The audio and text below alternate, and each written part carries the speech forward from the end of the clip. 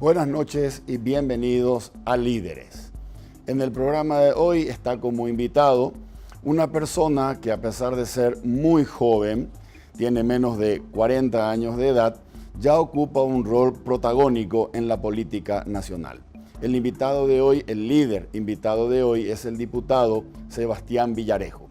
Sebastián es abogado de profesión, fue hasta hace poco concejal por Asunción, concejal municipal por Asunción, y actualmente es diputado nacional y líder de la bancada del partido Patria Querida en la Cámara Baja. Con Sebastián vamos a hablar acerca de temas que son muy vigentes en nuestra agenda nacional. Luego de la presentación del programa, aquí conversamos con el diputado Sebastián Villarejo. Líderes es presentado por Samsung, Movicor, 20 años. Para Muebles Marelli. Interfisa Banco, 40 años. Gracias por ser parte de nuestra historia.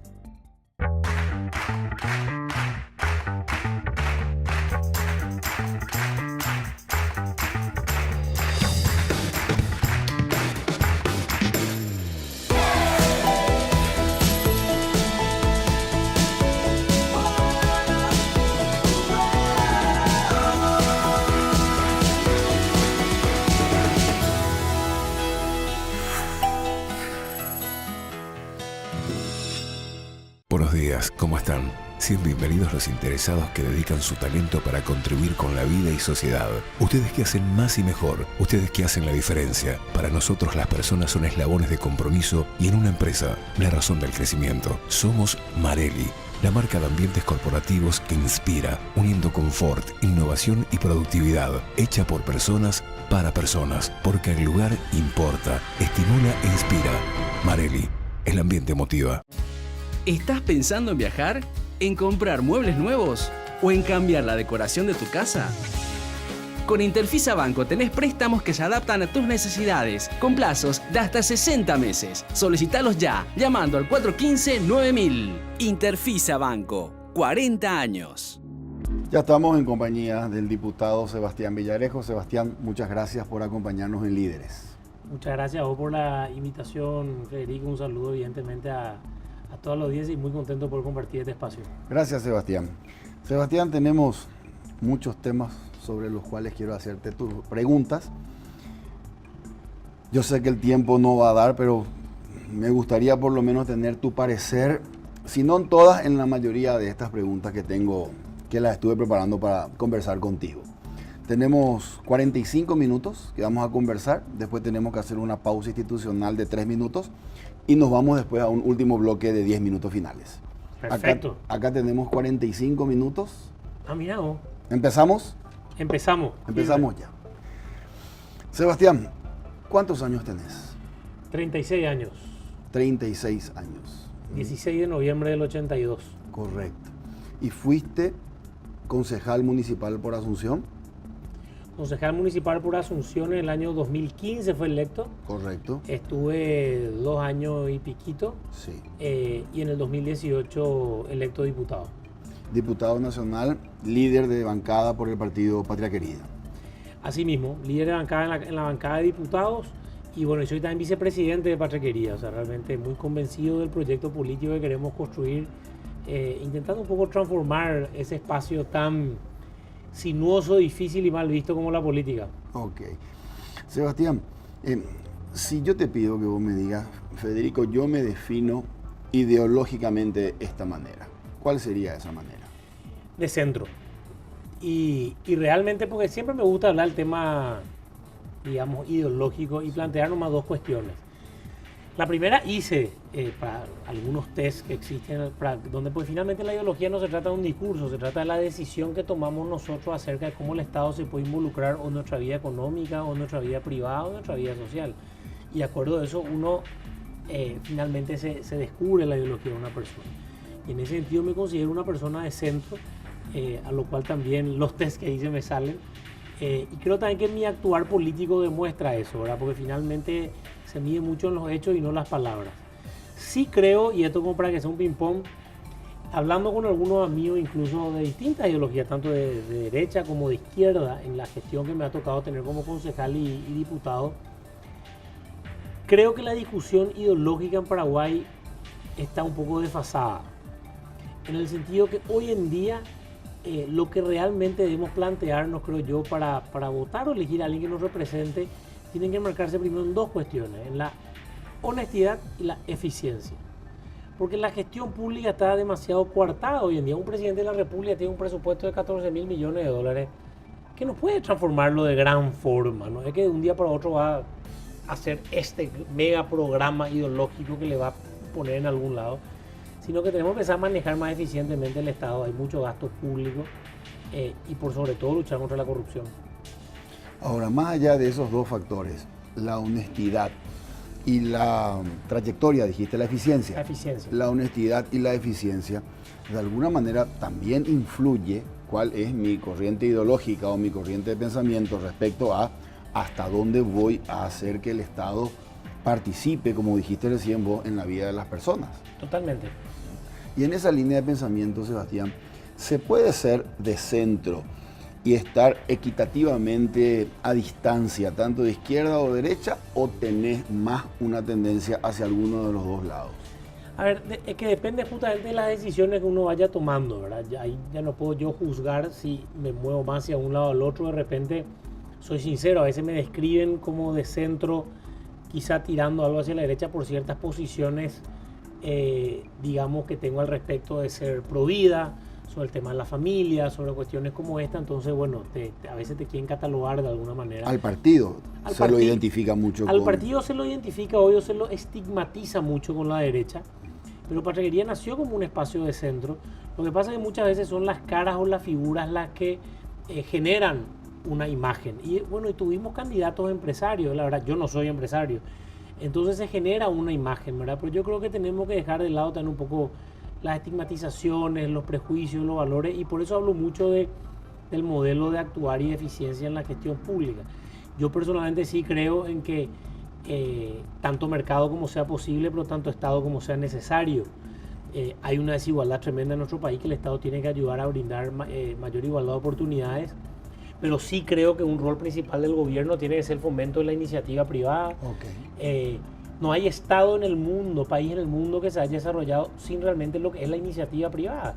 El Estado está limitado. Yo creo que tenemos que potenciar el emprendedurismo, la iniciativa, la creatividad de los paraguayos, y de esa forma vamos a construir un mejor país y vamos a tener lo suficiente para poder trabajar en las desigualdades. Ok, esa es la parte en donde decías tanto mercado como sea posible y tanto Estado como sea necesario. Como sea necesario. Buena frase, Sebastián.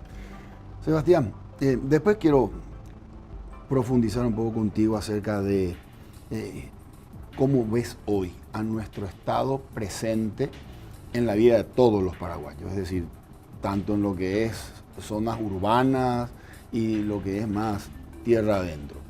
Pero antes me gustaría hacerte una pregunta. ¿No sos el mejor amigo de los taxistas de Asunción?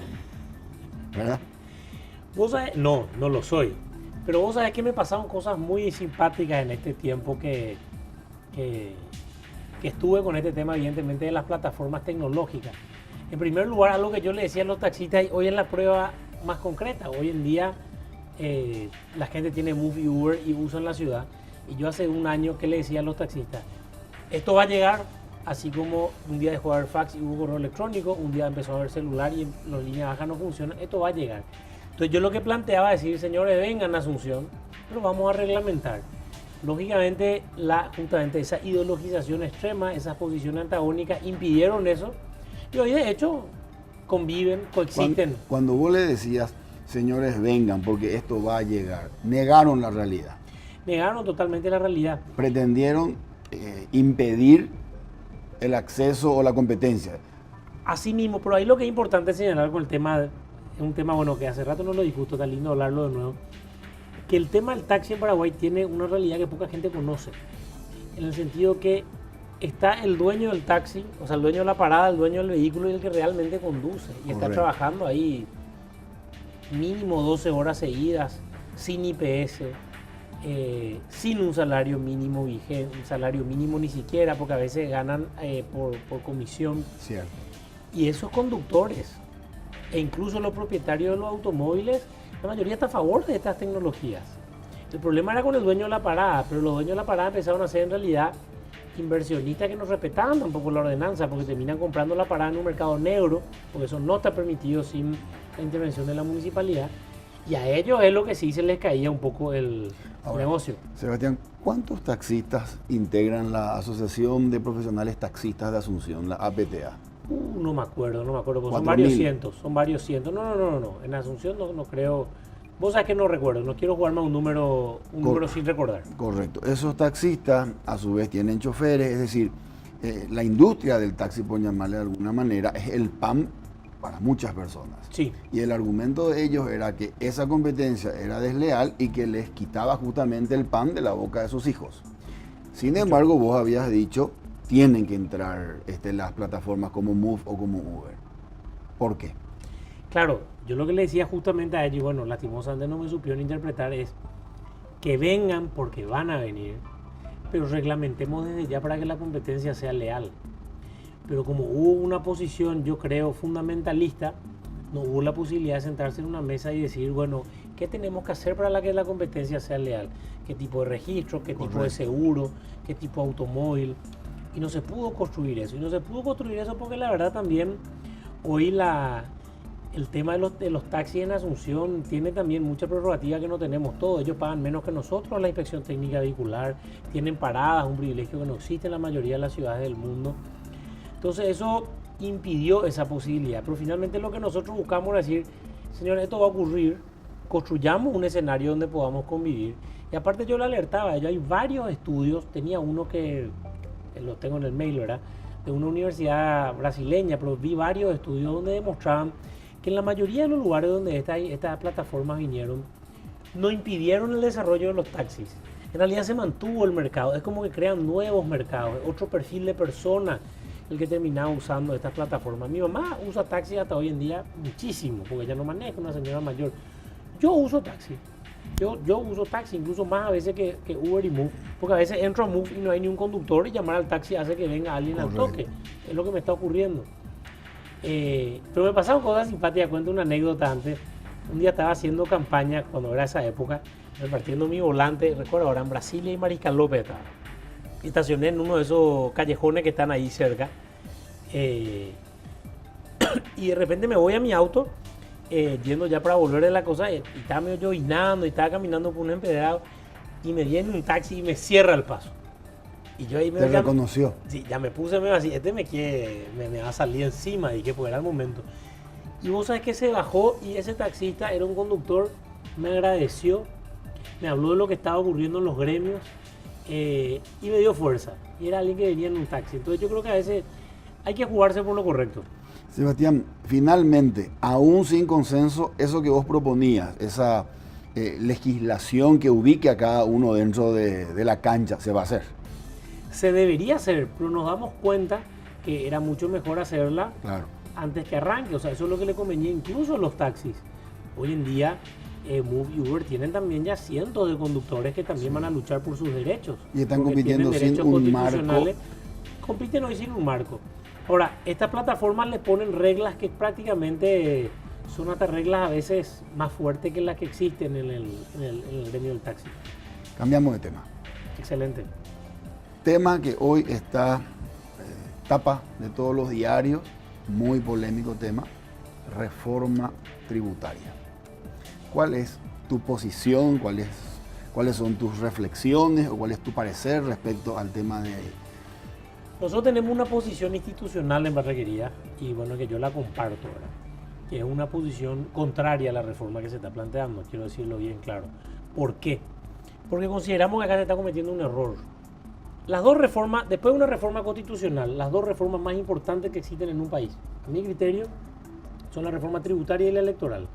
La tributaria porque es la que mete la mano en el bolsillo del ciudadano y la electoral porque es la que decide quién te va a meter la mano en el bolsillo y porque es la que construye tu democracia representativa. En ambas se está trabajando en este momento, ¿verdad? ¿Cuál es el problema con la reforma tributaria? En el año 2004 se hace un acuerdo político entre todos los partidos, entre los cuales estaba Pachequería, y se hace no la última, porque hubo otra cuando estuvo Banana Ferreira de ministro, se hace la penúltima gran reforma de políticas públicas tributarias en nuestro país. Y el sexto punto de ese acuerdo era la reforma del Estado. Jamás se cumplió. Los ingresos tributarios del 2004 a donde estamos hoy se quintuplicaron.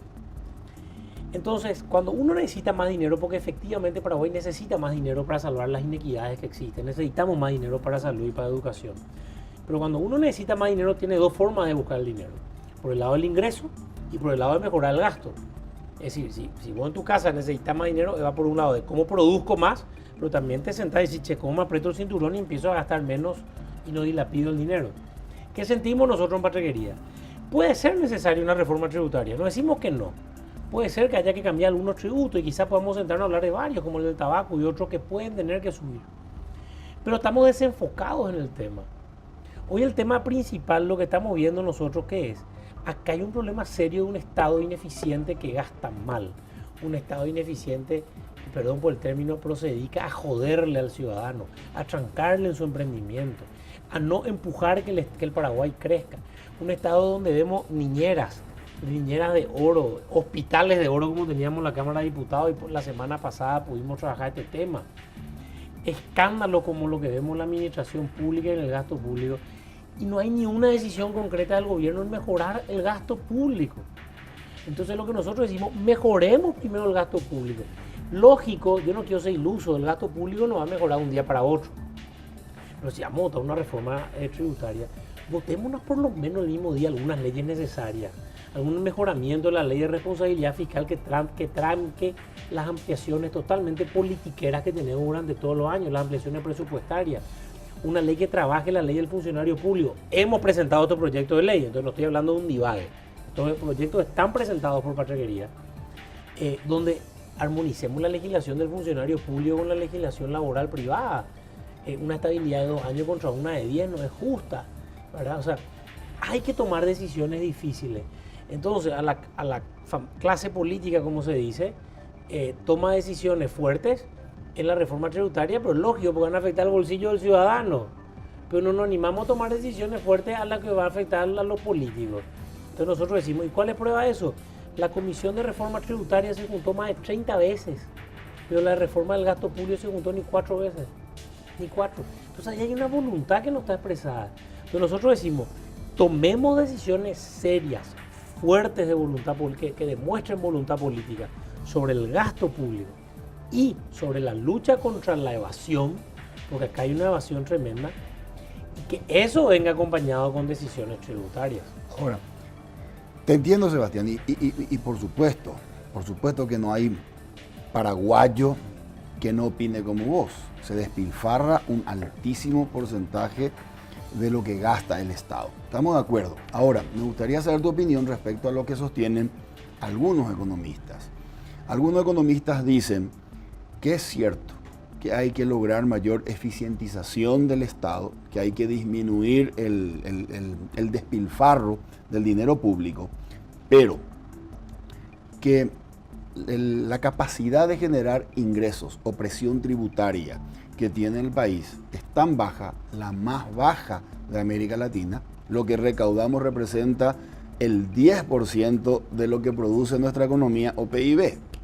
Y algunos economistas dicen, es tan urgente que Paraguay amplíe su capacidad de recaudación o presión tributaria que no puede depender de que primero se comience a dar señales de que se mejora el gasto. Hay que hacer las dos cosas, pero no está bien que yo primero vea las señales en donde comienzo a reducir las niñeras de oro y después comienzo a que el país tenga una mayor capacidad de recaudación. Vos mismo dijiste recién cuando hablabas de eficientizar, ¿cuánto puede hacer un presidente con un presupuesto de 14.000 millones de dólares? Se necesita más dinero para las urgentes y muy postergadas necesidades en materia de salud y de educación. Te digo esto porque algunas personas consideran, sin negar la realidad del despilfarro, que parte de la oposición a una reforma tributaria tiene que ver con una cultura paraguaya según la cual no queremos pagar impuestos. Me gusta la reflexión. En primer lugar, decir que hay que también romper mitos, ¿verdad? O sea, acá tengo un gráfico de CEPAL, no va a poder salir en la cámara, donde Paraguay tiene una presión tributaria de 17,9 finalmente cuando se hace todo el cálculo jubilatorio y demás. Y no es de la más baja. Pero eso es sobre el Producto Interno Bruto que se cambió el año base ya 2014. Sí, pero no es la más baja. Y por otro lado, a lo que voy con esto es, yo no tengo problema incluso, me encanta lo que me decís. Hablemos con él, hagamos las dos al mismo tiempo. Le doy la mano al que nos dice, hagamos las dos al mismo tiempo.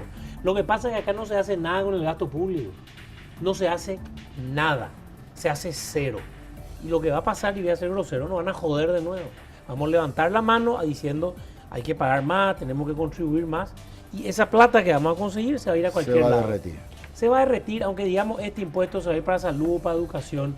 La realidad es que la reforma tributaria que se plantea va a tocar el IRP, lo que tiene que ver con la deducibilidad de las inversiones, tiene que tocar el IRP, le va a tocar la clase media, va a tocar selectivo al consumo. Y claro que es lindo el discurso de decir, tenemos que levantar el impuesto al tabaco o probablemente la bebida azucarada. Que yo no estoy diciendo que estoy en contra de eso.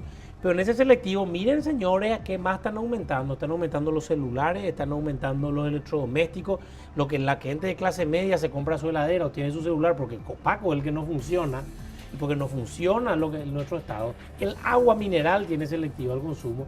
Esas cosas están ocurriendo. Entonces nosotros lo que decimos es, no digo ni siquiera que sea primero el gasto público, perfecto, al mismo tiempo. Lo que ha ocurrido históricamente en nuestro país es que nunca se trabajó el gasto público. Jamás, jamás. Y lo que está ocurriendo es que así como hay una costumbre, vos me decís que no quiere pagar tributo, el problema es que el Estado no hace nada con el que no paga tributo. Porque en realidad el Estado, ¿sabe por qué no hay la evasión no es más grande, no gracias al gobierno, es gracias al sector privado. ¿Por qué? Por el tema de las retenciones. Gracias a que haya agentes retentores en el sector privado, en ciertas empresas, gracias a eso hay una recaudación más grande en lo que es IVA y tal. Si no teníamos ese modelo, no tenemos una capacidad nosotros de luchar contra la evasión. Entonces yo incluso decía, yo quiero fortalecer a la Subsecretaría de Tributación, o pensemos en generar una agencia como tiene Brasil, como tiene Argentina o Estados Unidos. Fortalezcamos incluso al gobierno, demos dinero para tener una agencia tributaria mejor y luchemos contra ese que no quiere pagar. Lo que pasa es que cuando hacemos una reforma tributaria sin atacar el gasto público, al mismo tiempo no hay ningún problema, y sin atacar la evasión, lo que hacemos es le terminamos desangrando a la misma gente, a la misma persona que hoy está pagando. Entonces, yo repito, no estoy en contra de que haya una reforma tributaria, no estoy en contra de que tengamos que tocar algunos tributos, no estoy en contra de alzar el tabaco, no estoy en contra de posiblemente eliminar el IRAGRO y que haya solamente un impuesto a la renta de la actividad empresarial como se planea, el IRE. No estoy en contra yo de esos conceptos, lo digo. Pero si nosotros nos decimos, che, antes de votar eso, demuéstrenos un poco el gobierno cuál es su decisión. Porque es fácil que venga Benigno o que venga algunos ministros serios, Liz Kramer, tal cosa, y te dicen, che, necesitamos, vamos a hacer esto. Pero vos no ves una política seria del Poder Ejecutivo acá, porque los congresistas también responden al Poder Ejecutivo y las ampliaciones que se aprueban, las leyes que se aprueban hoy en día. Entonces, pongámonos una visión clara de que vamos a mejorar el Estado y ahí tomemos esas decisiones. Sebastián, sobre el tema, algunas preguntas rápido antes de pasar porque hay otros temas también. Si este mismo proyecto de reforma impositiva hubiese sido presentado al Congreso por el presidente Horacio Cartes o por Santiago Peña, en el caso hipotético que él haya llegado a ser presidente, la resistencia al sector empresarial hubiese sido la misma. Y no me gusta tanto hablar de supuestos, ¿verdad?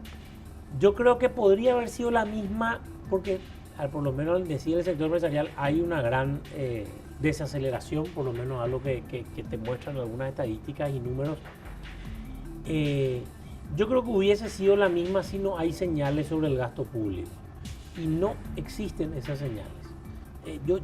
No existen al punto de que yo veo algo negativo hoy en día. Yo creo que estamos retrocediendo en la mejora del gasto público. Vos diste una de esas señales, presentaste a la Cámara de Diputados un proyecto para que se haga una auditoría para detectar planilleros en la Cámara de Diputados. Sí mismo. ¿Qué pasó con ese proyecto? Lo hemos presentado gracias a eso, no a ese proyecto, pero por lo menos este tema del mini hospital que tenía la Cámara de Diputados ahora se derivó al Ministerio de Salud y ya hemos aprobado que se inicie una auditoría interna y también se aprobó que se haga una auditoría externa. Lógicamente las mayorías a veces no acompañan y esto nos lleva la velocidad que nos gustaría, evidentemente. Somos minoría, somos 3 de 80, aunque esta idea la hemos trabajado con más diputados, importante decir, una multibancada, donde hay incluso gente de partidos tradicionales. Pero bueno, al final uno depende de las mayorías en los colegiados. Pero y esa mayoría, cuando vos presentás un proyecto como este, o cuando vos presentás un proyecto que tiene que ver con actualizar o reformar la ley de la función pública, ¿cómo toma esa mayoría que está constituida por políticos de profesión? A ver, es simpático cómo se mueven los colegiados. Nadie lo toma mal en sentido personal, pero no son aprobados los grandes cambios. Porque al final, a ver, hemos tocado 7 más 6, 13 intervenciones a municipalidades y tocamos 5 este miércoles. De las 13 que hemos tocado hasta ahora, yo te puedo asegurar que por lo menos 10 que me tocó estudiar y conocer, porque de repente justamente armamos toda una crítica a lo que pasó la semana pasada, porque de golpe se tocaron en vez de esperar el tiempo suficiente. Se merecían sobradamente las intervenciones de los intendentes. Solamente se aprobó uno, que fue el tema Ciudad del Este con toda la presión ciudadana. Entonces vos ves señales sobre la decisión del gasto público, pues te vienen denuncias de intendentes que están usando dinero de Fonacid en otra cosa, que no arreglan las escuelas, que no dan merienda escolar. Esas son las denuncias que vienen. Y a esos intendentes se los salva. ¿Y los salva quiénes? Congresistas que responden al partido de gobierno. Entonces, ¿bajo qué punto de vista yo puedo decir, voy a creer que acá hay una mejora en el gasto público cuando la voluntad política termina siendo salvar a este tipo de personas, ¿verdad?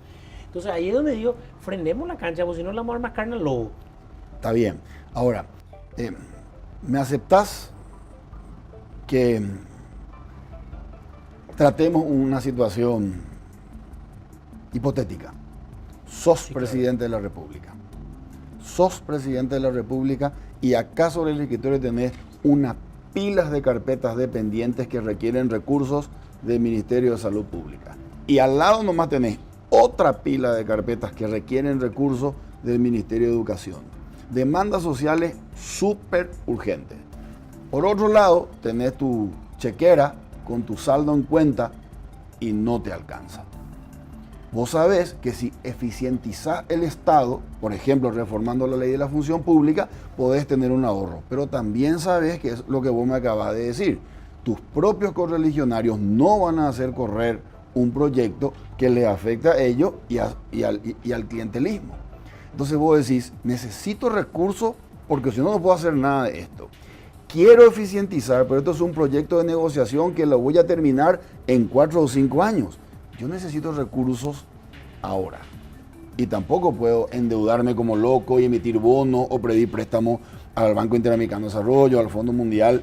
¿Qué harías? Siendo presidente y teniendo esas necesidades. Hay que darle signos de confianza a la ciudadanía. Es Por lo que ejemplo, estoy hablando.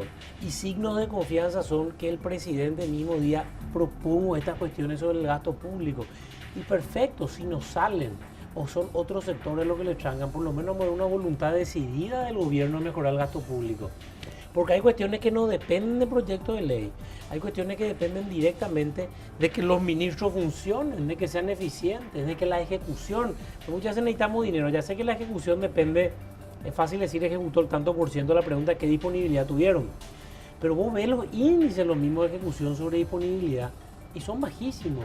Entonces yo creo que hay que darle un signo de confianza a la ciudadanía. Yo tampoco no voy a vender humo, me gustaría ser presidente de la República alguna vez. Y no es que uno va a vender humo y decir, che, yo en un año voy a solucionar el problema de la gestión pública. No tenés dinero. Pero hay que darle confianza a la ciudadanía. Te voy a decir algo, esta reforma tributaria se habla más o menos de 800 millones de dólares más que debería cobrar el Estado. Pero el Banco Mundial dijo que solamente mejorando los procesos de contratación pública se puede recaudar 400 millones de dólares más. 400 millones de dólares más. Yo te puedo asegurar que mejorando los procesos de contratación pública, de compras. Se puede aumentar la presión tributaria un punto.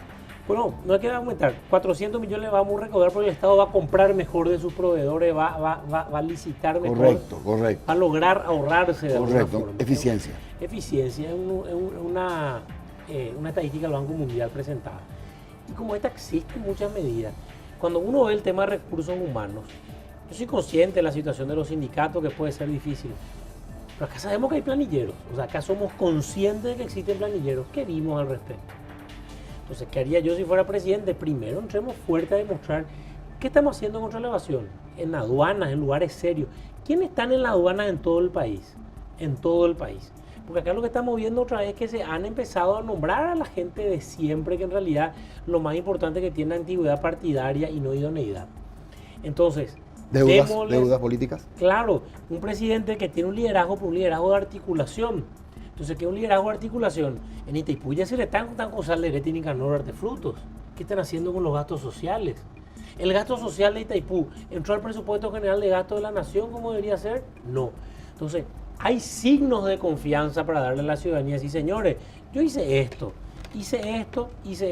Entonces el Estado se apretó y dio el ejemplo apretándose el cinturón. Ahora yo vengo a pedirles algo. Y no son signos que duran años, son decisiones políticas de un día. Esas decisiones yo las tomaría. Y ahí le pediría a la ciudadanía que me acompañe. No en base a una confianza emocional, sino a que vean que el Estado fue el primero en apretarse los cinturones. Perfecto. Sebastián, ¿cuál es tu reflexión respecto a la renegociación del anexo C del Tratado de Itaipú que está venciendo en octubre del año 2023? ¿Tenés alguna idea respecto a qué posiciones podría tomar el país si vamos directo a pedir que no baje el valor de la electricidad, aun cuando un costo que es el financiero desaparezca, así seguimos recibiendo los mismos royalties, o que baje y usemos nosotros eso, ya sea para consumo interno o para comercializarlo? Yo creo que el tema de Itaipú es un tema muy complejo. Creo que el gobierno debería tratarlo de manera más abierta. Creo que hay que aprender de lo que pasó con el tema de Yacyretá. Yo creo que el presidente Cartes jugó a escondidas, entonces después se generó todo lo que sabemos al respecto de la renegociación, por la negociación de Yacyretá.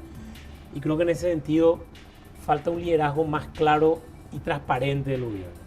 Nosotros de Patraquería estamos teniendo una serie de encuentros con expertos en energía, con de diferentes ramos, hasta ideológicos, como de gestión, como para escuchar un poco sus posiciones, porque esto hay que analizar mucho. ¿A qué voy? Acá hay muchas opciones, como está señalando. Una opción que muchos hablan es decir, agarremos nuestro 50%. Construyamos ahora otra línea de 500 kV, como se va a hacer. Logremos la interconexión entre Itaipú y Yacyretá, que hoy no existe. Eso tiene un término, no recuerdo cómo era. Correcto. No es simetría, tiene un término más técnico. Hagamos ese escenario de tal forma que podamos tener la energía. Ahora, pues si tenemos la energía, tenemos que poder utilizarla. Entonces, ¿qué política pública vamos a hacer para que quiera venir gente al Paraguay? Eso es lo que oí, que esto hay que abrir un poco más la cancha, ¿verdad? Y tenemos que ver qué actitud va a tomar Brasil, que ya es clara. O sea, lo que más o menos se trasluce de lo que dijo Bolsonaro y lo que dijo el nuevo director de Itaipú brasilero, es que lo que van a buscar ellos es bajar el precio de la energía para Brasil. O sea, ellos van a buscar que el precio baje, evidentemente. O sea, ahí no va a ser fácil el tema. Hay ideas mucho más también innovadoras, como la que tiene el equipo investigador de Gerardo Blanco, que habla de intentar construir un hub de energía, incluso sumarle a Argentina y a algún otro país. Entonces nosotros, en vez de ser chiquititos contra un país, en ese hub podemos tener una posición fuerte porque le tenemos a Itaipú y Yacyretá. Correcto. Entonces existen muchas posibilidades, hay gente experta en estos temas. Yo creo que no hay que caer en el populismo, porque fácilmente se puede caer en el populismo. Creo que tenemos que tener posiciones contundentes de defensa de la soberanía nacional y del uso de la energía que nos corresponde. Lo principal que tenemos que hacer es seguir invirtiendo para usar nuestra energía. Eso es lo más importante que podemos hacer. Y dentro que de requiere muchos recursos, hay que tener esa guita. Hay que tener, pero fíjate que estamos gastando 200 millones de dólares por lo bajo en gastos sociales de las binacionales, y en vez de usar estos gastos sociales para irse a repartir pollitos y para irse a hacer otras cosas raras que estamos viendo, se podrían haber utilizado totalmente en infraestructura. Y esas cosas tenemos que decidirlas. En diputados, hoy está que le rechazaron en el Senado un proyecto de ley que tenía que ver con infraestructura energética y que por cuestiones políticas fue rechazado y que tenemos que aprobar. Esas son las cosas que uno ve y dice, cuidado. Ahora, a lo mejor el gobierno, Sebastián, me estoy imaginando. Creo que se nos acabó nuestro tiempo. Se está terminando el tiempo. Yo le di algo, doctor. Está terminado. Estamos por recibir la señal de Damián. Está trabajando con un equipo, armando los bocetos acerca de cuáles pueden ser las alternativas estratégicas de negociación. Y estamos todavía a 4 años de que venza el actual anexo C. Vos, sin embargo, decís, ya tiene que abrir. El ministro Benigno decía, no hay que contar tanto nuestras estrategias. No tenemos que hacerlas tan públicas, decía. Eso es porque no las hay tan serias. Yo creo que uno puede no contar la estrategia, pero puede contar los equipos. Está este tema de Jeffrey Sachs, que me parece interesante. Pero yo creo que el Paraguay tiene que saber, no el discurso político, decir las altas partes contratantes van a contratar, esto es una conversación del presidente con el presidente. Claro, yo eso incluso valoro, porque quiere decir que el presidente ha tomado una posición política y eso valoro y lo digo. Me parece importante esa posición del presidente de no esconderse y eso valoro. También hay que ser correcto en ese sentido. Pero nosotros deberíamos saber, este es el grupo de 10 ingenieros, o no solo ingenieros, el grupo de economistas, ingenieros y abogados que van a asesorar en este tema internacional del presidente. No lo sabemos. Y es tarde, estamos llegando tarde, porque conforme al tratado, por ejemplo, si nosotros queremos recibir más energía de la que queremos, tenemos que avisar con un tiempo de antelación también. No es que de un día para otro eso se le avisa porque está previsto, porque en Brasil dan uso a esa energía. Entonces en el tratado hay que decir, che, yo ya quiero usar el 40% dentro de tanto tiempo. Hay que avisar. Esas son decisiones que hay que empezar a tomar desde ahora. Y no se la están tomando. Correcto. Sebastián, Cámara de Diputados. Hace máximo 15 días o menos, hubieron 2 aprobaciones polémicas. Una tiene que ver con los médicos y la otra tiene que ver con el diésel o imposición acerca de mezcla con biodiesel. Empecemos con el tema de los médicos. ¿Qué aprobaron? Y tengo entendido que fue por unanimidad. Bajaron de 65 a 55 los años a partir de los cuales se pueden jubilar. El proyecto de ley inicial, después hubo una modificación que ya no pudimos frenar de alguna forma. El concepto final en realidad es un poco una cuestión de justicia también, porque en realidad es 30-60. Lo que pasa es que hay un inciso A que para adelantar. Para adelantar en un porcentaje en lo que es 55. Con 25. Exacto, para adelantar. Pero, y yo puedo jubilarme con 25 años por 55 años y tengo el 90% de mi jubilación que puedo cobrar. El 90% del promedio de mis últimos salarios. Exacto. Yo que creo, y ahí hablar de patriaguería como algo general y una posición personal. Uno, lo de 30-60, yo incluso hablé, nosotros estábamos de acuerdo con el tema de 30-60 porque no parecía justo, porque hoy estaba, la ley que tenían los médicos era altamente, digamos, perjudicial porque el médico de alguna forma empieza a trabajar mucho más tarde, es una realidad, puede hacer la residencia, el promedio de ingreso está por los 30 y pico años recién en la función pública, en la mayoría, según los números nos mostraron, o sea, culminado todo lo que tienen que hacer. Y en la caja que está deficitaria, está principalmente deficitaria por el tema de los militares y los policías, principalmente. A nivel funcionario público, no, esto no es deficitaria en sí. ¿Nosotros qué creemos? Muy importante señalar. Eso es lo que ocurrió, para responder la pregunta. Sí. ¿Qué ocurrió? Se intentó hacer un cierto tipo de justicia con los médicos, porque ellos estaban hasta este momento con una jubilación diferente y superior. Sí creo que ese inciso 25-55 no es correcto y posiblemente el presidente lo vete y yo creo que hay que aceptar ese veto, lo digo tranquilamente. Y que se mantenga 30-60. Pero 30-60 yo creo que es correcto, lo digo bien luego. Yo creo que es correcto 30-60, pues finalmente hay que tener 30 años de aporte. Pero nosotros en Patriaguería lo que estamos trabajando en realidad es una gran reforma previsional. Acá hay que unificar este tema y hay que trabajar en una caja porque si no vamos a caer en un problema serio en nuestro país como está pasando en Uruguay.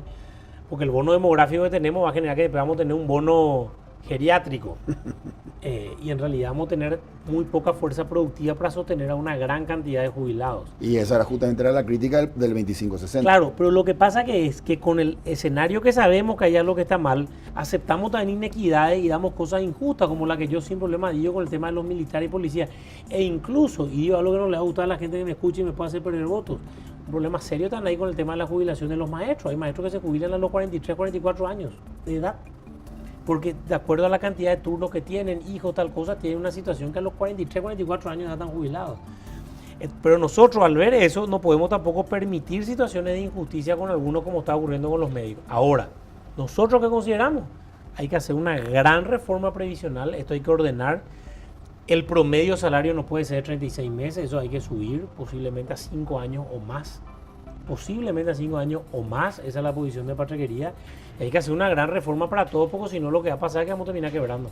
Correcto, y justamente eso era lo que leían los medios, ¿verdad? Que si nosotros vamos con privilegio y gente que 55 años, una edad todavía muy productiva, y ya estamos pagando jubilaciones, que hoy no tenga déficit esa caja no significa que no vaya a tener el día de mañana. El otro tema, se aprobó un proyecto de ley según el cual todos los tipos de diésel tienen que tener una mezcla de hasta 12% de biodiesel. Eso se aprobó en Cámara de Diputados. ¿Cuál es tu opinión al respecto? Nosotros votamos en contra. Sí, lo digo claramente. Nosotros votamos en contra porque esa ley... voy a señalar dos cosas rápidas, ¿verdad?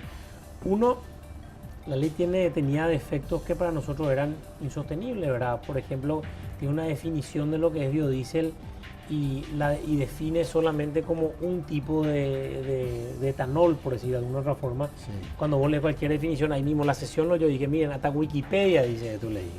O sea, es una definición mucho más genérica, está muy dirigida.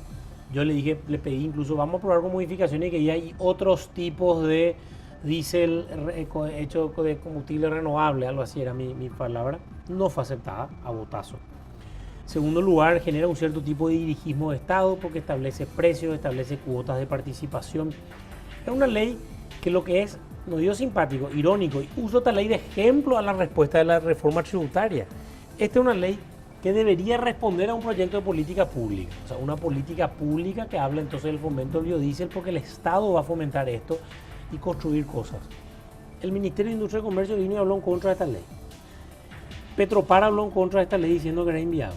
El sector privado habló en contra de esta ley, no lo el sector privado. La Cámara de Biodiesel, no digo que la CADAN que también habló en contra, pues son autos. Claro. No, la Cámara de Biodiesel, lo que hoy en Paraguay producen biodiesel, estaban en contra de esta ley.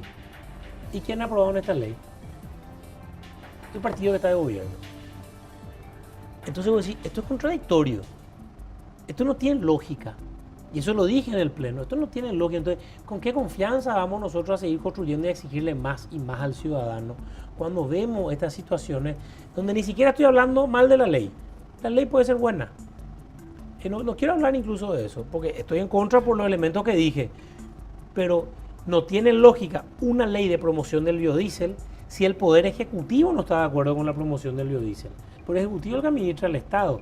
Ese tipo de leyes en cualquier país serio vienen del Poder Ejecutivo que traza las políticas públicas y el Poder Legislativo el que acompaña y controla estas políticas públicas. Pero acá, como siempre, estamos un poco en el mundo del revés. Y vos pensás que, porque se escuchó, algunas personas opinaron que era el negocio de gente de Argentina a la que le sobró, tuvo un excedente de biodiesel y tienen que colocar. Y nos llegó la misma información, lo sabremos en poco tiempo, si esto termina siendo sancionado. La información no llegó a todos, o sea, fue incluso, estuvo en medio, ¿verdad? Estuvo en medio. Estuvo en medio, no estamos contando ni un secreto. Y es la misma información que nos llegó a todos. Sebastián, háblame de tus idas al interior. ¿Sueles irte al interior? Sí, viajo mucho realmente. ¿Sos apoderado de Patrequería? Soy apoderado general y también vicepresidente del partido. Sí. Me apasiona viajar por el interior, por decir, en estos 3 meses, no, en los 4, ya estamos en abril, desde que hubo receso parlamentario, hice como 5.000 kilómetros en el interior del Paraguay. Me parece importante, uno, conocer nuestro país y dos, construir el proyecto político que estamos queriendo construir a lo largo y ancho de la República. Nosotros queremos tener una candidatura presidencial en el 2023, queremos que Patrequería pueda liderar un proyecto político inclusivo, acompañado con otras fuerzas políticas, y vamos a hacer ese trabajo, ese esfuerzo, pero por sobre todo los recorridos se tratan de, uno, visito muchas universidades y colegios, pero hablando de la importancia de romper la indiferencia y de la protesta, pasar a la propuesta y al compromiso y a la acción. Correcto. Y en mi discurso digo, en el partido político que quieran, en el lugar que quieran, no importa, pero que los jóvenes nos involucremos, tenemos que involucrarnos en la cosa pública, no es ser políticos y ser candidatos, enterarnos de lo que pasa para así no solo votar y elegir. Y con ese mensaje de involucramiento y compromiso me dedico a recorrer el país, a conocer gente, a dormir en las casas de la gente, no es que me quedo en hoteles y nada por el estilo, buscando de esa forma intentar aportar un pequeño grano de arena en esa construcción de conciencia cívica. Correcto. Ahora, yo quiero saber cuál es la percepción que vos tenés luego de visitar lugares que seguramente nunca antes habías ido. Y quiero contarte lo siguiente. Estaba leyendo hace poco un artículo escrito por una economista de esta organización ONG que es la CADEP, Sí. que hace estudios sobre economía y sobre asuntos que tienen que ver con agenda social en el país. Ella se llama Verónica Serafini, Sí. y la conoces. Y escribió un artículo llamado Paraguay, la paradoja de un país pobre que crece. Me llamó la atención el artículo, dije, ¿hasta qué punto tenemos de alguna manera parcializada la percepción, los que no viajamos mucho al interior y por ahí nos creemos mucho el cuento de un país próspero, envidiado, que crece, y hasta qué punto existe una realidad que no la vemos? Por eso te pregunto a vos que viajas. Serafini dice en su artículo que existen básicamente dos países en uno. Uno de ellos es el país de los números macroeconómicamente estables y hasta, si se quiere, envidiables. Ese país es el quinto mayor exportador de soja del mundo y el octavo mayor exportador de carne del mundo. En ese país hay $5.600 año per cápita de ingreso y además ese es el país que tiene 4% de tasa de inflación. Pero describe otro país y dice, es el país de la gente que no tiene acceso a educación, que no tiene acceso a salud, que no tiene acceso a calidad alimentaria. Y también comenta que la inflación 2018 en el Paraguay fue de aproximadamente 4%. Inflación promedio, IPC, que vos sabés que el sector empresarial toma como base a la hora de ajustar los salarios, pero que la inflación no promedio, solamente en el rubro de alimentos, estuvo alrededor del 16%, 4 veces la tasa de inflación promedio. Entonces dice,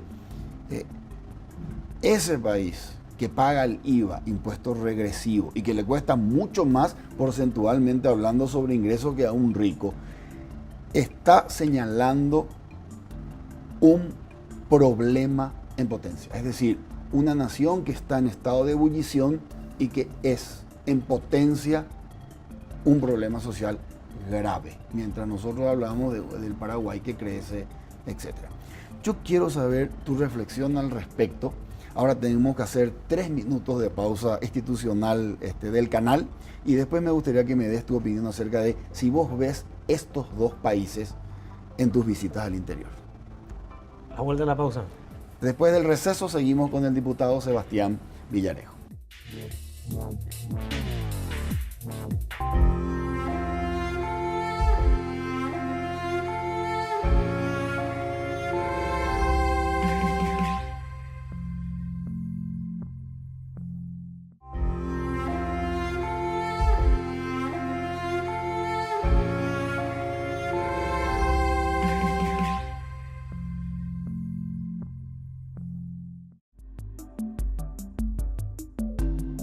Seguimos en Líderes con el diputado Sebastián Villarejo. Sebastián, Me queda la respuesta. tenemos últimos 10 minutos.